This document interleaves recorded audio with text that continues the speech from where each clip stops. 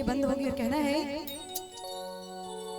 कि एक तू जो मिला सारी दुनिया मिले,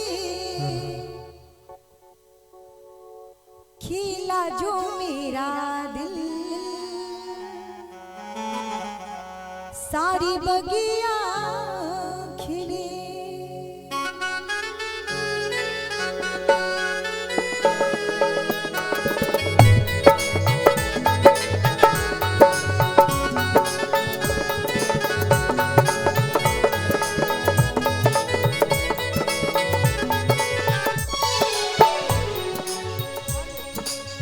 ये दूल्हे राजा और दुल्हन रानी दोनों के लिए कहना है कैसे?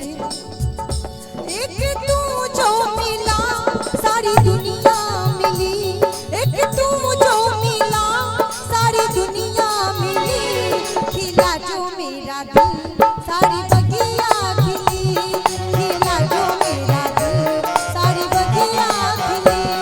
एक तू जो मिला सारी दुनिया मिली, एक तू जो मिला सारी दुनिया मिली, खिला जो मेरा दिल सारी बगिया खिली, खिला जो मेरा दिल सारी बगिया खिली।